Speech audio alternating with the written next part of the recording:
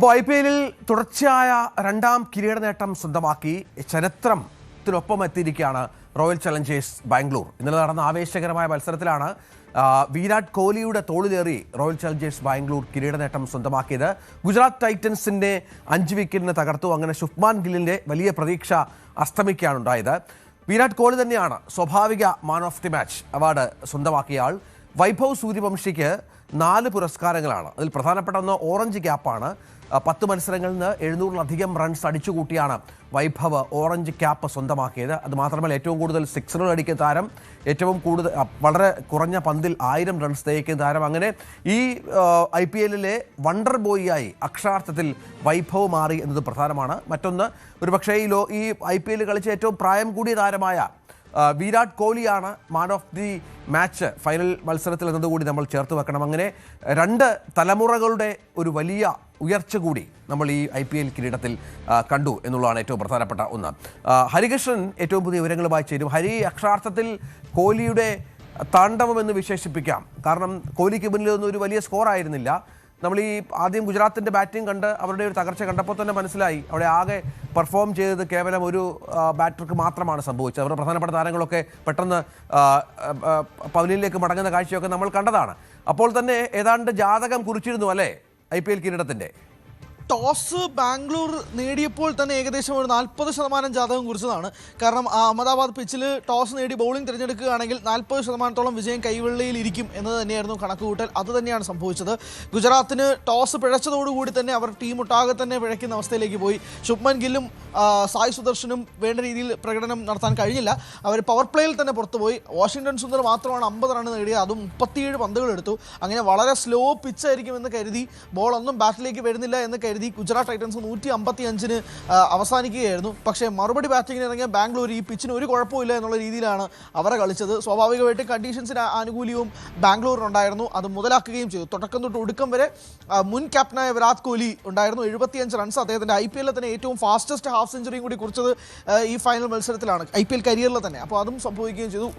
ഭയങ്കര വലിയ തുടക്കമായിരുന്നു വെങ്കടേഷ് അയ്യറും വിരാട് കോഹ്ലിയും ചേർന്ന് നൽകിയത്. അങ്ങനെ 18 ഓവറിൽ കളി കഥം. പക്ഷേ ഒരു വൺ സൈഡ് ഗെയിമാണെന്ന് തന്നെ പറയേണ്ടി വരും. ഫൈനലിൻ്റെ വലിയൊരു ആവേശം, അങ്ങനെ 2 ടീമുകൾ തമ്മിലുള്ള ഗംഭീരമായ ആവേശം ഒന്നും തന്നെ കഴിഞ്ഞ മത്സരത്തിൽ ഇല്ലായിരുന്നു. ഫസ്റ്റ് ഇന്നിങ്സ് കഴിഞ്ഞപ്പോൾ തന്നെ ഏകദേശം ഫസ്റ്റ് ഇന്നിങ്സിൻ്റെ പകുതിയോടുകൂടി തന്നെ ജയം RCBക്ക് ആയിരിക്കും എന്ന് തന്നെയാണ് കരുതിയിരുന്നത്. പക്ഷേ വൈഭവ് സൂര്യവംശി, രഞ്ജിത്ത് ആ ഒരു സംഭവം കോട്ട് ചെയ്ത് ഇഷ്ടപ്പെട്ടു. അതായത് ഏറ്റവും പ്രായം കൂടിയ ആൾ മാൻ ഓഫ് ദ മാച്ചായി, ഏറ്റവും പ്രായം കുറഞ്ഞ ആൾ, IPL-ലെ തന്നെ ഏറ്റവും പ്രായം കുറഞ്ഞ ആൾ 4 അവാർഡുകൾ സ്വന്തമാക്കുകയും ചെയ്തത്. Super sixes award, emerging award, super striker award, orange cap, ഈ 4 അവാർഡുകളാണ്. 776 റൺസാണ് വൈഭവ് സൂര്യവംശി ഈ IPL സീസണിൽ കുറിച്ചിരിക്കുന്നത്. 2ാം സ്ഥാനത്ത് ശുഭ്മാൻ ഗിൽ, 3ാം സ്ഥാനത്ത് സായ് സുദർശൻ. ഈ ശുഭ്മാൻ ഗില്ലും സായ് സുദർശനും കഴിഞ്ഞ മത്സരം ഗംഭീരമായിട്ട് കളിച്ചിരുന്നെങ്കിൽ ഒരു പക്ഷേ വൈഭവിനെ ഓവർടേക്ക് ചെയ്തേനെ. പക്ഷേ എന്തോ വൈഭവിനാണ് ആ ഓറഞ്ച് ക്യാപ്പ് നന്നായിട്ട് ചേരുന്നതെന്ന് തെളിയിക്കുന്ന പോലെയായിരുന്നു. വൈഭവ് ഇന്നലെ കഴിഞ്ഞ മത്സരം പോസ്റ്റ് മാച്ച് പ്രസൻറ്റേഷനിലും ഉണ്ടായിരുന്നു. ഈ 4 അവാർഡുകളും സ്വീകരിക്കാൻ വേണ്ടിയിട്ടുണ്ടായിരുന്നു. 15 വയസ്സും 61 ദിവസവുമാണ് ഇപ്പോൾ വൈഭവ് സൂര്യവംശിയുടെ പ്രായം. ഇത്രയും പ്രായം കുറഞ്ഞ ഒരു ചെറുപ്പക്കാരൻ ഇത്രയും അവാർഡുകൾ കരസ്ഥമാക്കുന്ന ഒരു പക്ഷേ ആദ്യമായിട്ടാണ്. ഇനി അങ്ങനെ റെക്കോർഡ് ബ്രേക്ക് ചെയ്യാൻ കഴിയുമോ എന്നതുപോലും അറിയില്ല. വൈഭവ് ഇന്ത്യൻ ടീമിലേക്ക് വരണമെന്ന് ആഗ്രഹിക്കുന്ന ഒരുപാട് പേരുണ്ട്. പക്ഷേ 2ാം തവണ തുടർച്ചയായി ഡിഫെൻഡിങ് ചാമ്പ്യൻസ് IPL കിരീടം നേടുന്നു. അത് മുംബൈ ഇന്ത്യൻസിനും ചെന്നൈ സൂപ്പർ കിങ്സിനും ശേഷം അത് റോയൽ ചലഞ്ചേഴ്സ് ബാംഗ്ലൂരായി മാറുന്നു. അവർക്ക് ഇത് ഗുജറാത്തിൽ നടന്ന മത്സരമാണ്. പക്ഷേ കാണികൾ ഏകദേശം 1,10,000-ഓളം കാണികൾ അവിടെ ഗ്രൗണ്ടിലുണ്ടായിരുന്നു. RCBക്ക് വേണ്ടിയിട്ടാണ് അവർ കൈയടിച്ചത് ബഹുഭൂരിപക്ഷം ആളുകൾ. അത് മത്സരം നമ്മൾ തുടങ്ങിയപ്പോൾ തൊട്ട് അവസാനം വരെ കാണുമ്പോൾ പോലും വ്യക്തമായിരുന്നു. അതിനിടയിൽ കുറച്ച് വിവാദങ്ങളും IPL-യുമായി ബന്ധപ്പെട്ട് ചുറ്റിപ്പറ്റി നടക്കുന്നുണ്ട്. പ്രത്യേകിച്ച് മത്സരത്തിന് ശേഷം ആകാശത്തുകൂടിയുള്ള ഫയർ വർക്ക്സ് ഡിസ്പ്ലേയുടെ ഇടയിൽ തൃശ്ശൂലവും ശിവഭഗവാന്റെ ശില്പമൊക്കെ പ്രത്യക്ഷപ്പെട്ടത് കാണുന്നുണ്ട്. IPL എന്തിനാണ് അങ്ങനെ ഒരു മതത്തിന് വേണ്ടിയിട്ട് നിൽക്കുന്നതെന്നുള്ളൊരു സ്വാഭാവികമായിട്ടുള്ള ചർച്ച സോഷ്യൽ മീഡിയയിൽ നടക്കുന്നുണ്ട്. പക്ഷേ അതിൻ്റെ ഭംഗി കെടുത്താത്ത രീതിയിലേക്ക് തന്നെ കാര്യങ്ങൾ മാറുന്നുണ്ട്. പക്ഷേ ഈ പറഞ്ഞതുപോലെ തന്നെ വിരാട് കോഹ്ലി ഇത് ലാസ്റ്റ് IPL സീസണാണോ അല്ലെങ്കിൽ ഇനിയും IPL കളിക്കുമോ തുടങ്ങിയ ചോദ്യങ്ങളൊക്കെ അവിടെ അവശേഷിക്കുന്നുണ്ട്. അതിപ്പോഴും ബാക്കിയാണ്. പക്ഷേ എന്നാൽ പോലും 2ാം തവണ ഡിഫെൻഡിങ് ചാമ്പ്യൻസിന് കിരീടം കിട്ടുന്നു. അവിടെ മത്സരത്തിന് ശേഷം ക്യാപ്റ്റനായ രജത് പതീദാർ ബാംഗ്ലൂർ ആരാധകർക്ക് വീണ്ടും നന്ദി പറയുന്നു. ഈ കപ്പ് നിങ്ങൾക്ക് വേണ്ടിയിട്ടുള്ളതാണ് എന്ന് പറയുന്നു. അങ്ങനെ വലിയൊരു മത്സരം എന്ന് നമുക്ക് വിശേഷിപ്പിക്കാൻ ഫൈനലിൻ്റെ ഒരു ത്രില്ലൊന്നും ഉണ്ടായിരുന്നില്ല. അതാണ് ഒരു പ്രശ്നം ഹരി.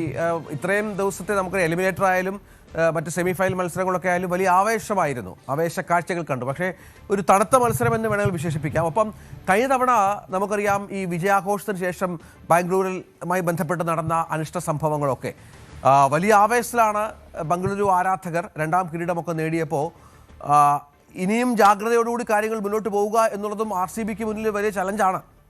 തീർച്ചയായും അതിൽ ആദ്യത്തെ കാര്യം ഫൈനലിൻ്റെ ആവേശം ഉണ്ടായിരുന്നില്ല എന്നുള്ളതാണ്. ഇതേ RCBയും GTയും തമ്മിലുള്ള ക്വാളിഫയർ 1 മത്സരത്തിൽ 92 റൺസിനാണ് ബാംഗ്ലൂർ ജയിച്ചത്. പക്ഷേ ഫൈനലിലേക്ക് വന്നപ്പോഴും അതുപോലെയായിരുന്നു അവസ്ഥ. ഗുജറാത്തിന് വളരെ കഷ്ടപ്പെട്ടാണ് 155-ലെത്തിയത്. വാഷിംഗ്ടൺ സുന്ദറിലായിരുന്നെങ്കിൽ ആ ഒരു സ്കോറിലേക്കും എത്തില്ലായിരുന്നു. വാഷിംഗ്ടൺ സുന്ദർ ഒരിടത്ത് പിടിച്ചു നിന്നതുകൊണ്ടാണ്. ഇനി മറ്റൊരു കാര്യം, ഈ പറഞ്ഞതുപോലെ തന്നെ കഴിഞ്ഞ വർഷം ബാംഗ്ലൂരിലുണ്ടായ സ്റ്റാമ്പേഡാണ്. അത് ഇത്രയും അധികം ആളുകളുടെ മുന്നിലേക്ക് ആദ്യമായി ഒരു 18 വർഷങ്ങൾക്ക് ശേഷം കപ്പ് കൊണ്ട് RCB മാനേജ്മെൻറ്റ് എത്തിയതാണ്. അതിന് ഒരു ജാഗ്രത പ്രശ്നവും ഒരുപാട് പ്രശ്നങ്ങളൊക്കെ ഉണ്ടായിരുന്നു. പക്ഷേ ഇത്തവണ നമ്മൾ കഴിഞ്ഞ ദിവസത്തിൽ തന്നെ നമ്മൾ രണ്ടുപേരും കൂടി ഫ്രാൻസിൻ്റെ കാര്യം പറയുകയുണ്ടായി. അവിടെ PSG ആദ്യമായിട്ട് 55 വർഷത്തിന് ശേഷം UEFA ചാമ്പ്യൻസ് ലീഗ് കിരീടം നേടിയപ്പോൾ ഫ്രാൻസ് ഒന്നാകെ തന്നെ ഒരു കലാപഭൂമിയായിട്ട് മാറുന്നത് നമ്മൾ കണ്ടതാണ്.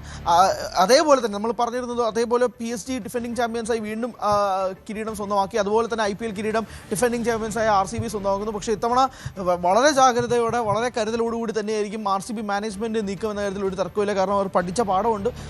അത്രമാത്രം ബാംഗ്ലൂർ ആരാധകരെ സംബന്ധിച്ചിടത്തോളം കഴിഞ്ഞ സീസണിൽ നിന്ന് ഈ സീസണിലേക്ക് വരുമ്പോഴേക്കും വലിയ പ്രതീക്ഷയോടുകൂടി തന്നെയാണ് ഈ സീസണിൽ ഉടനീളം RCBയും ഉണ്ടായിരുന്നത്. ആ ഫാൻസ് ഒരിക്കലും അവരെ ലോയൽ ഫാൻസ് എന്ന് തന്നെയാണ് ഇപ്പോഴും RCB ആരാധകരെ വിളിക്കുന്നത്. അപ്പോൾ ആ ഫാൻസിനെ കൃത്യമായി സാറ്റിസ്ഫൈ ചെയ്യുന്ന രീതിയിൽ തന്നെയായിരിക്കും ഈ എന്തെങ്കിലും പരിപാടി വയ്ക്കുന്നുണ്ടെങ്കിൽ തന്നെ അത്. പക്ഷേ അതുമായി ബന്ധപ്പെട്ടുള്ള റിപ്പോർട്ടുകളൊന്നും പുറത്തു വന്നിട്ടില്ല. പക്ഷേ അങ്ങനെ ഉണ്ടെങ്കിൽ തന്നെ കഴിഞ്ഞ വർഷത്തെ പാടുകൾ എപ്പോഴും അവരുടെ മനസ്സിലുണ്ടായിരിക്കും എന്ന കാര്യത്തിലും തർക്കമൊന്നുമില്ല. പക്ഷേ കഴിഞ്ഞ തവണ ഫ്രാൻസിൻ്റെ കാര്യം കൂടെ നമ്മൾ സംസാരിച്ചപ്പോൾ കൂട്ടി വായിച്ചു എന്ന് മാത്രമേ ഉള്ളൂ. പക്ഷേ ഈ ബാംഗ്ലൂർ ആരാധകരെ സാറ്റിസ്ഫൈ ചെയ്യുന്ന രീതിയിൽ തന്നെ സീസണിലുടനീളം ഉണ്ടായിരുന്നു. ഫൈനലിലും അതേ തിളക്കത്തോടു കൂടി തന്നെയാണ് താരങ്ങളും കളിച്ചത്. ഏതായാലും 20 കോടി രൂപയാണ് ബംഗളൂരുവിന് അവരുടെ പ്രൈസ് മണിയായി. ഇന്ത്യൻ പ്രീമിയർ ലീഗ് ചാമ്പ്യന്മാർക്ക് 20 കോടി രൂപയാണ് നൽകുക. റണ്ണേഴ്സപ്പായ ഗുജറാത്തിന് 13 കോടി രൂപ കിട്ടും. 7.5 കോടി ക്വാളിഫയർ രണ്ടിൽ തോറ്റ രാജസ്ഥാൻ റോയൽസിൻ്റെ അക്കൗണ്ടിലേക്ക് എത്തും. 6 കോടി രൂപയാണ് എലിമിനേറ്ററിൽ തോറ്റ സൺറൈസേഴ്സ് ഹൈദരാബാദിന് കിട്ടുക. ടോപ്പ് സ്കോറർ, വിക്കറ്റ് വേട്ടക്കാർ എന്നിവർക്കൊക്കെ 10 ലക്ഷം രൂപ വീതം കിട്ടും. ടൂർണമെൻറ്റിലെ മികച്ച താരത്തിനും ഈ 10 ലക്ഷം രൂപയാണ്. എമർജിംഗ് താരത്തിന് 20 ലക്ഷം രൂപയാണ്. അതായത് വമ്പൻ പ്രതിഫലമാണ് IPL ജേതാക്കൾക്ക് ലഭിച്ചത്. ഇന്നലെ തന്നെ ഈ പറഞ്ഞ പോലെ പണമൊക്കെ കൈമാറി. അങ്ങനെ ഓരോ തവണയും വലിയ ജനപ്രീതി നേടിക്കൊണ്ട്, അതിശക്തമായി തന്നെ പ്രേക്ഷക പ്രീതിയൊക്കെ നേടിക്കൊണ്ട് IPL മത്സരങ്ങൾ അങ്ങനെ പുരോഗമിക്കുകയാണ്.